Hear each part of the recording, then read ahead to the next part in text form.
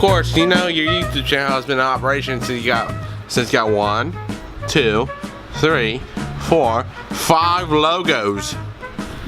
5 logos from the past like 3 years. I go over every single one of them. And obviously that last one is what I have it now. Let me start with this one.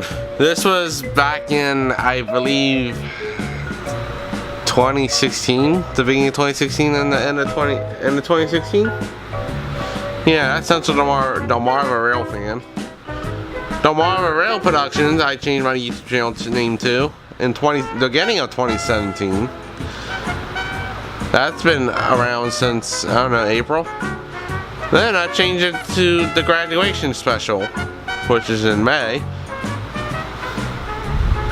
Then in July, I kept that towards July. Then in July I changed it to this. And then in August I changed it to this. So basically, the more the merrier, the more it doesn't matter. Like 5 logos, you're gotta be kidding me. Cause I got 5 logos from all the history of my YouTube channel. I guess this has been in operation since for a long time about this YouTube channel, I guess. So yeah, I guess